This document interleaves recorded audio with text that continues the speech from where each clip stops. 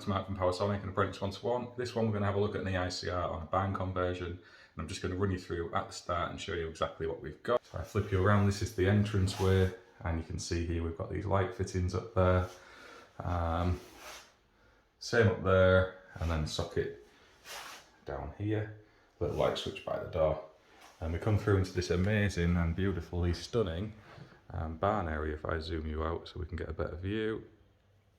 You can see there, we go all the way to that way with a bedroom at that end, and then all the way this way to a bedroom at this end. All white plastic accessories. Looks reasonably recent, I would say within the last 10 years or so. Yeah, so we've got a fan isolator up here, we've got a bathroom fan in there. We have these light fittings up there above the shower. Now they are above 2.4 metres easily. So if you were to be coding those, what would you code them and why? I guess is my first question. We've got a little heater here over the door at this side, that's well away from the shower enclosure. We've got the kitchen with some built-in appliances. So we've got the, well, they're not built in, but they are wired in a way where you can isolate them from above counter, which is always nice. So they are freestanding actually. So you've got the cooker isolator in the corner there and another isolator there. Boiler lives in this cupboard, and that's been inspected recently by the gas engineer. So we've got that to look at as well. Kitchen sockets, lovely view out the back. I'll show you this from here. See the little stream over there? It's absolutely gorgeous. This is going to be a holiday let, little balcony area down that end, and I'll show you around there as well in the video. We've got some corner lights, and if you can see them up there, just to light up these big king trusses, or whatever we're going to call them. Yeah, they're a nice feature, with some wall lights as well. So they're always a fun one to fiddle around with on an EICR. Another wall light up there. And then down at this end, look at that lovely log burner as well. I'd love to come on holiday somewhere like this, but it's literally 5 minutes from my house, so I'm not coming to this particular one. But if you are interested in visiting the Yorkshire Wolds, fantastic place to come and stay. We've got sockets either side of the bed, a couple of above lights. This kind of mirrors the other bedroom. We've got the spare for the heater there and the light switch, spare for the fan up there. This one is a slightly different layout because we have this wall heater here. It's a little bit close to the shower enclosure, so what would you code that, and if so, why? And again, we've got one of these light fittings. I'm not convinced that they're rated for the bathroom, but what would you code them and why at that height? There is extraction in the bathrooms as well, so they're not getting really steamy. And like I say, I think this is a few years old. I'll show you the consumer unit while we're on with it.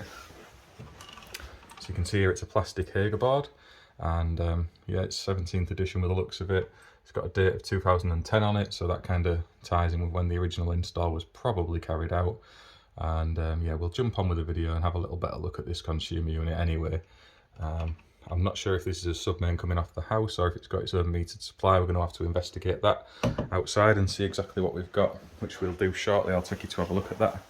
But yeah, that's kind of what we're looking at. They're getting this ready to let out for late summer and over Christmas, so they just wanted the electrical safety aspect done. Customers got some smoke alarms of their own over there. They haven't asked us to look at them, so I assume they're going to be changing them themselves. So they're ready to go up, and you can see the ones that are up are a little bit dated, so that makes good sense to me, but obviously they're not up at present. So if you were going to code them, how would you code them and why, or would you just note them? This is really an exercise for apprentices. I'm trying to get you thinking and looking into the regs and see what you'd make of things. I appreciate for an electrician this is something that you might find basic and maybe insulting. I'm not trying to insult your intelligence or get you to do a report for me. I've done hundreds of these. I'm well aware of what the coding should be and some of the reasons for them. But as an apprentice, if you're watching this content, it's not the most complicated thing in the world to do EICR. So I'm trying to encourage you to do a little bit of research and see if you can find out the reasons we come to the conclusions we do.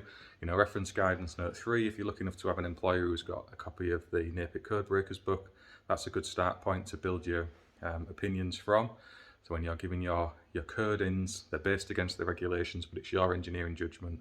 So why would you come to them? And remember, potentially dangerous, immediately dangerous, and room for improvement. Basically, they're your three options, or further investigation. And you can just note things, never be afraid of noting things. So I'll kind of leave a few things in this video as we move along where you can have an opportunity to put your ideas forward, and then maybe I'll do another video where we cover the report on this actual installation and we'll go through the codes I've produced why I've produced them and see what some of the comments were on this video. If anybody does get involved in them and offers an opinion, don't be afraid of offering your opinion. If you're wrong or have a different opinion to someone else, it doesn't matter. You know, there's just an opportunity to learn and share knowledge with people. No one's judging you. No one's going to be a smart ass, certainly not me, because I'm not smart enough to be a smart ass for a start. But yeah, I'm going to get on with this now. I've got most of the day, if I want it, to spend on this one. That's the perk of being the boss. I've allowed ample time to do it because I was going to record a bit of footage on this one, and I've allowed a bit of extra time because of that, because it takes me forever to do editing and messing about with videos. So yeah, I'm going to get on with this now, and we'll cut back in here and there as I find little bits and pieces or some other bits I want to share with you guys. Please subscribe to the channel, get involved in the comments, like or dislike. You don't have to enjoy the content, but if I can see which way it's going, I can produce stuff that you guys are going to hopefully enjoy rather than not want to watch. I think I've been irritating a few people with the shorts I've been putting out, maybe with the notifications popping up every day. I got a bit carried away, so apologies for that. And yeah, let's press on with this. Okay, so it shows what I know. There is actually a supply into this building itself. It's a TNCS that we can see there, and it is from the network supply. There is a service head fuse. We've got a meter, splits into some Henry blocks and runs into the consumer unit inside. And someone's tapped this little board off here, which scoots across this path and into this other outbuilding where it's got it's just a little garage. I'll show you in a second. But yeah, somebody's taken that off on a little B16 radial in some steel wire armour. They obviously haven't wanted to take it back to the consumer unit in there for whatever reason. I guess maybe worried that the holiday let occupants might send the part supply off to it, perhaps. I'm not sure. But yeah, we'll have a little look at that one as well and move on with this EICR. So this is out the back. We've got some of these floodlights. They're just along the back wall there. There's 3 of them. This is the back area I was talking about, and again you can see the little stream down there. It looks absolutely beautiful. Goes off for miles into the distance. But yeah, that's not where we're here to admire the view. So we've got these ones to check over as well. This is that little walkway with the steel wire armour, and it's shoot go around this way. So you can see we go into these garages, and it's just a storage garage, and there is a little consumer unit just up here where that steel wire armour punches through and up into, and this is the actual owner's part of the property. They haven't asked for this to be tested, so we're not going to test it in essence. So yeah, just to determine where that was going, because obviously it could have been feeding an outside socket on that particular part of the property.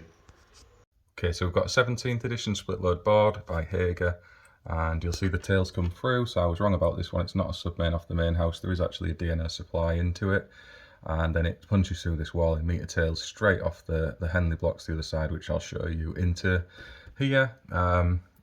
I've seen tidier, but it's not horrific. Maybe it looks worse than it is on camera, but there's actually a bit of length on the cables, so we can pop them all out. They look to all be in the right termination points, so we can work our way through it and see exactly what we've got where. It looks like, I've not read the front of the board to show what circuit is what, but it looks like we've got a cooker circuit there, we've got a ring final circuit, another ring final circuit, a radial of some description, a couple of lighting circuits, another couple of ring finals, and then some lighting circuits, and another radial, I'm guessing, for the heaters. We'll have a little look through the front of the cover in a minute. I mean, obviously you can see here we've got 4 ring final circuits there, so you know, when you start talking about things such as maximum demand and then using diversity and things, this is why, because obviously it's quite a small holiday let premises. There's not going to be a lot of electrical consumption in here, but the way the circuits are divided, you could potentially create an issue in your mind that's never really going to be there. So it's using a bit of common sense, and yeah, they're just trying to divide the installation up, so I guess in the event of a fault they're not losing power to absolutely everywhere, which in a holiday let is no bad thing. Still with a split load board, that's not actually going to help you with an air fault, but we'll ignore that for the time being.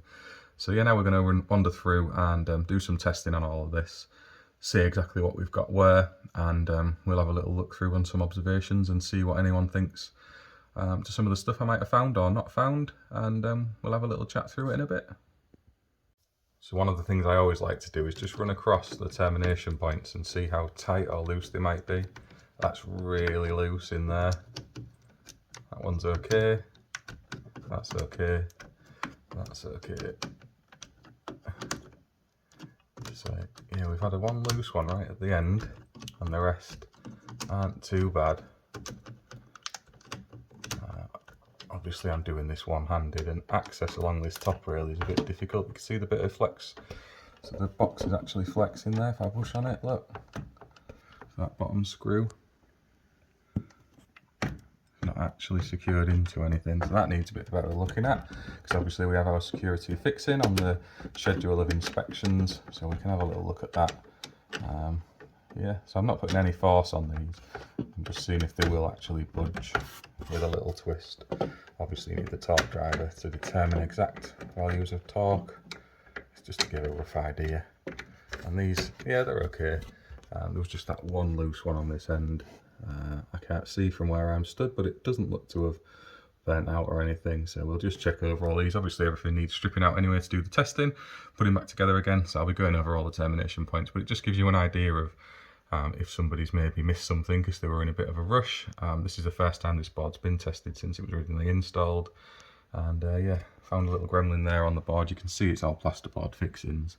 It's better to show you on that one. If you can see back there, it's got the little metal lug in the wall. So they're all like that, it's straight into plasterboard, so it's going to be a bit loose. I think they've realised and banged a little screw through the side there as well. So they've made an effort to get some sort of fixing into the board.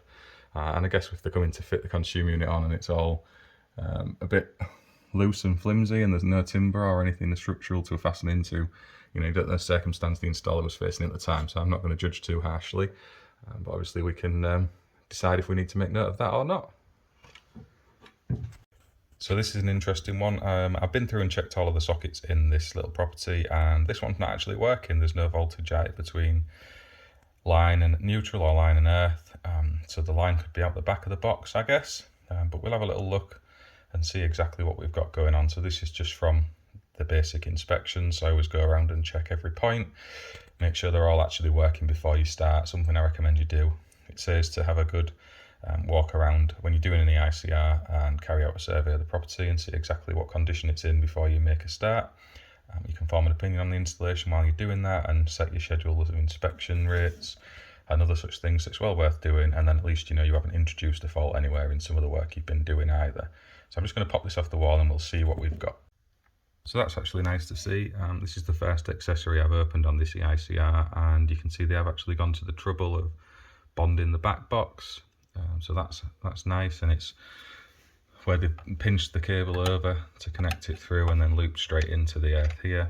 All of the conductors are tight and connected correctly, so I'm going to assume that the socket front itself is actually faulty, and I'll get that swapped out while I'm here. You can see there's a dead insect or other in there, but other than that, doesn't look to be anything wrong with it. The polarity is connected up the right way around. Helps with these colour-coded termination points on these accessories, so you do very well to get that wrong. It's a nice touch actually. And yeah, I'm just going to swap this and we'll see if it resolves that problem. You know, it's often simpler while you're doing an EICR if you've got a bit of a budget arranged with a client, so you can just swap the odd bits and pieces out without having to re-attend, because ultimately that's going to cost the customer more in the long run. And that's what the arrangement we've got here, so I'll just get that swapped off and put back and move on with the rest of the inspections. Okay, so I swapped it over and we're all good now. Happy days, it's working fine. Just a dodgy front socket. Let's crack on. So we've got the consumer unit here, and the question I'd asked around the B16, it is a 1.5mm twin and earth cable. It is all clip direct in this property. There's no trunking or anything like that. The loft space, it does have insulation in, but the cables are up on the rafters above it, so there's no cables running through there. And regardless, that B16 is for the lighting circuit, which leads off to the wall lights in the front room.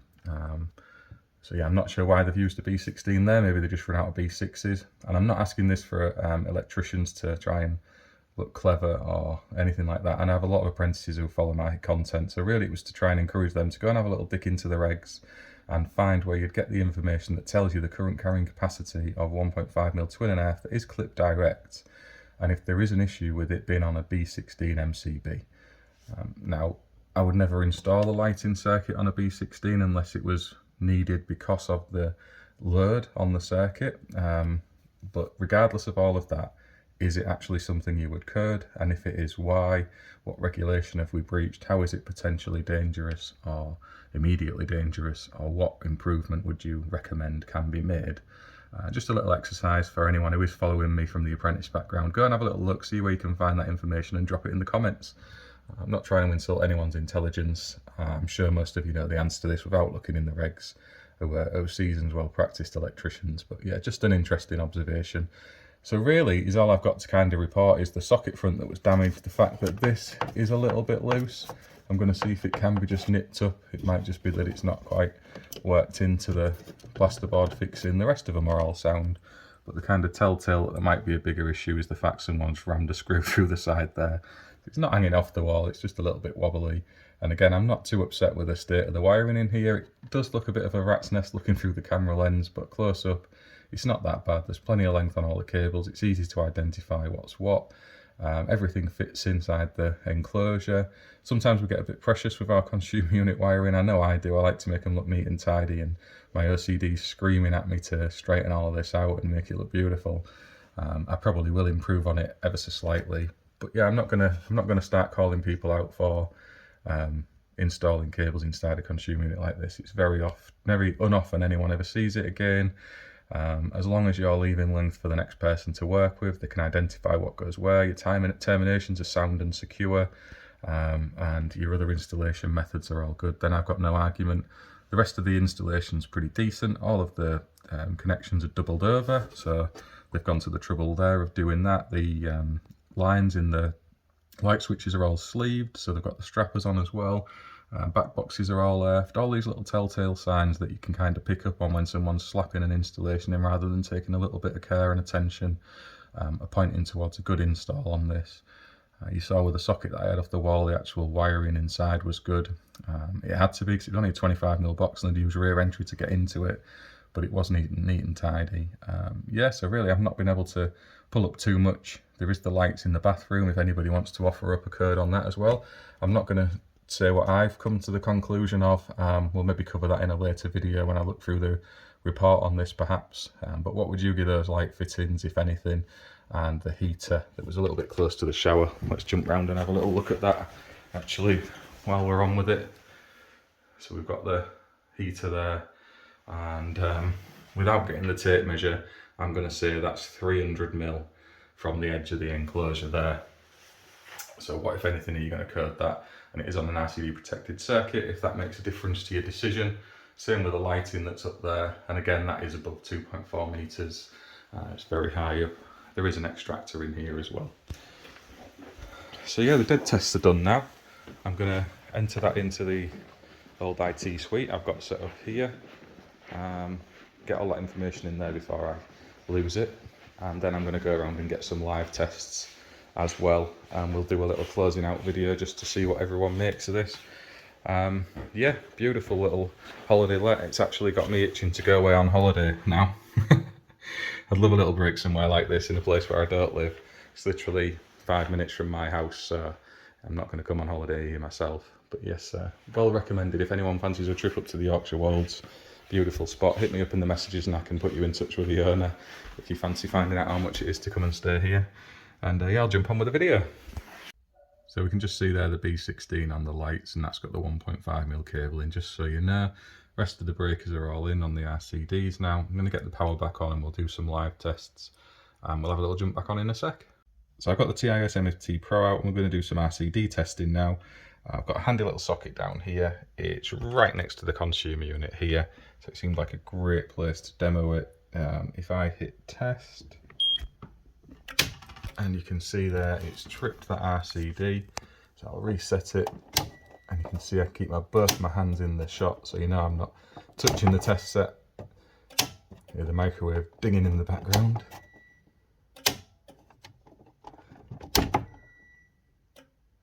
It's now gone on to its half-time tests. So if we jump down here, and you can see it's given us a pass. So at one time we've tripped at 25 and 36 milliseconds in both 0 and 180 degrees, and then 9 and 13 at 5 times, and these are Hager RCDs, and again they haven't tripped at half time. I'll have to repeat that on a on a circuit for this RCD as well. You can just test the RCDs in the board, but I always like to put a bit of a real world scenario on it and test it at an endpoint of a circuit somewhere or on a ring circuit and see if they operate in time. In this case, this one does. And yeah, let's carry on. So I'm going to do a no trip loop set test on here now. Let's just adjust that to 30 milliamps and hit test.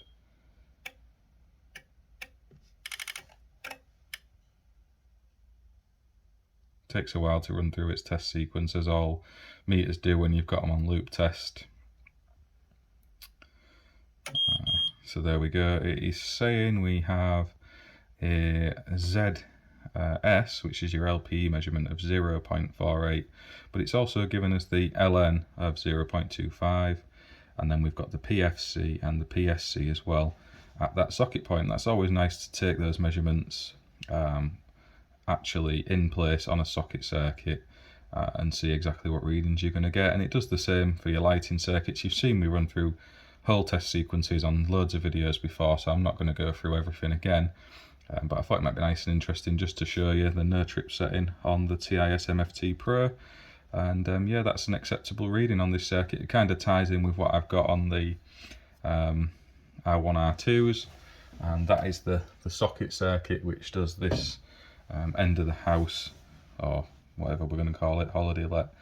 And yeah, nothing wrong with that value at all. Obviously we're on a B32, so we're within the tripping maximum ZS values for that particular circuit. It ties in with the measured values of R1, R2 and your ZE, so there's no real worry or issue there. I know everything's gone back together properly. I can go and get that ZS measurement off every socket in the installation and make sure that I've not introduced a fault anywhere while I've been fiddling around, and that all of the sockets are safe for people to use when they come and stay here.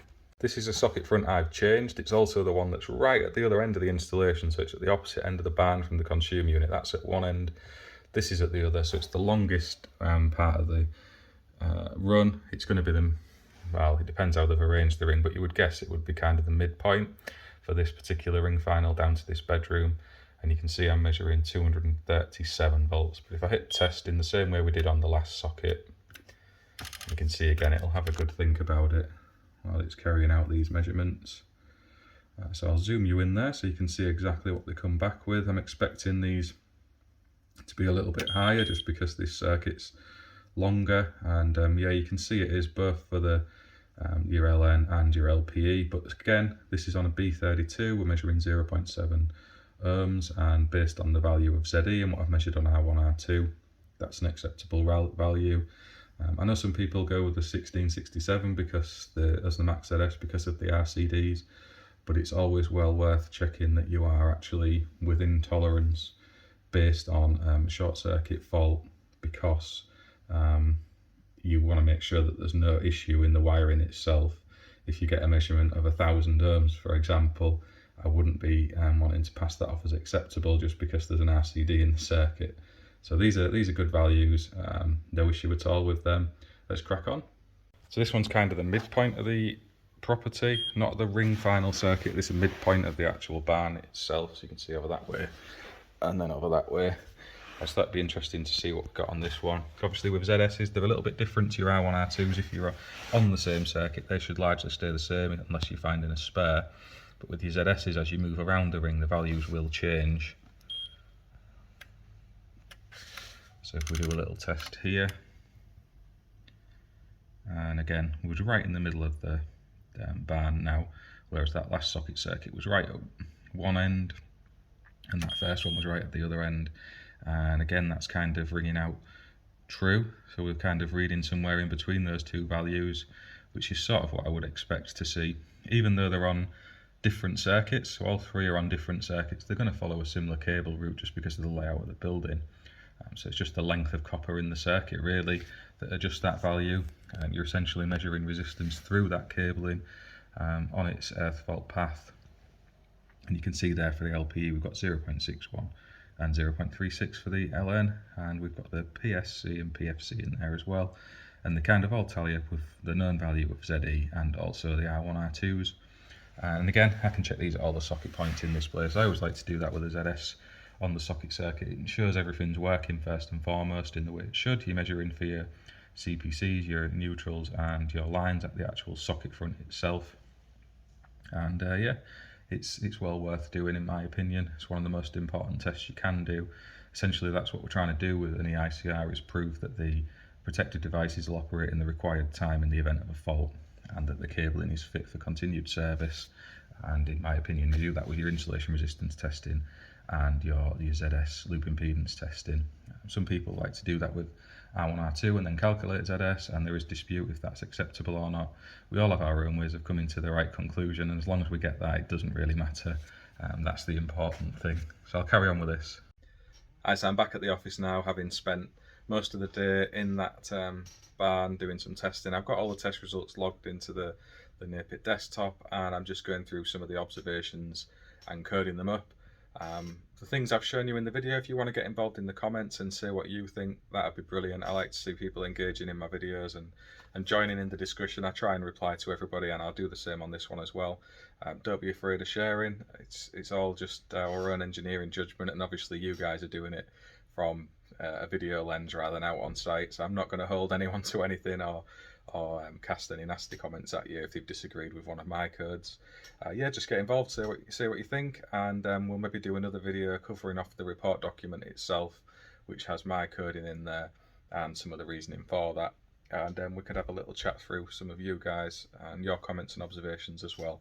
Might make a nice video, it might not, but otherwise, thank you all for watching. I hope you enjoyed wandering around that one. It was a bit of a different EICR to some of the usual sites we go to. We've all had the shocking horror stories of social housing from Kimmy on Monday Club and some of the other things that you see across social media, but there's some really good installs as well, where the actual electrical installation's in reasonable nick. You're in a beautiful part of the world, in a fantastic building, getting paid to do a job, and you know, I've really enjoyed myself today. It's one of the better days of being an electrician. I've not got dusty or dirty. I've been paid to do something that I love, and yeah, I'm going to crack on and get this written up, see if I can get this video edited together and uploaded as well, ready to release. And thank you all for watching. Get involved in the comments, please subscribe to the channel, and I will catch you all on the next one.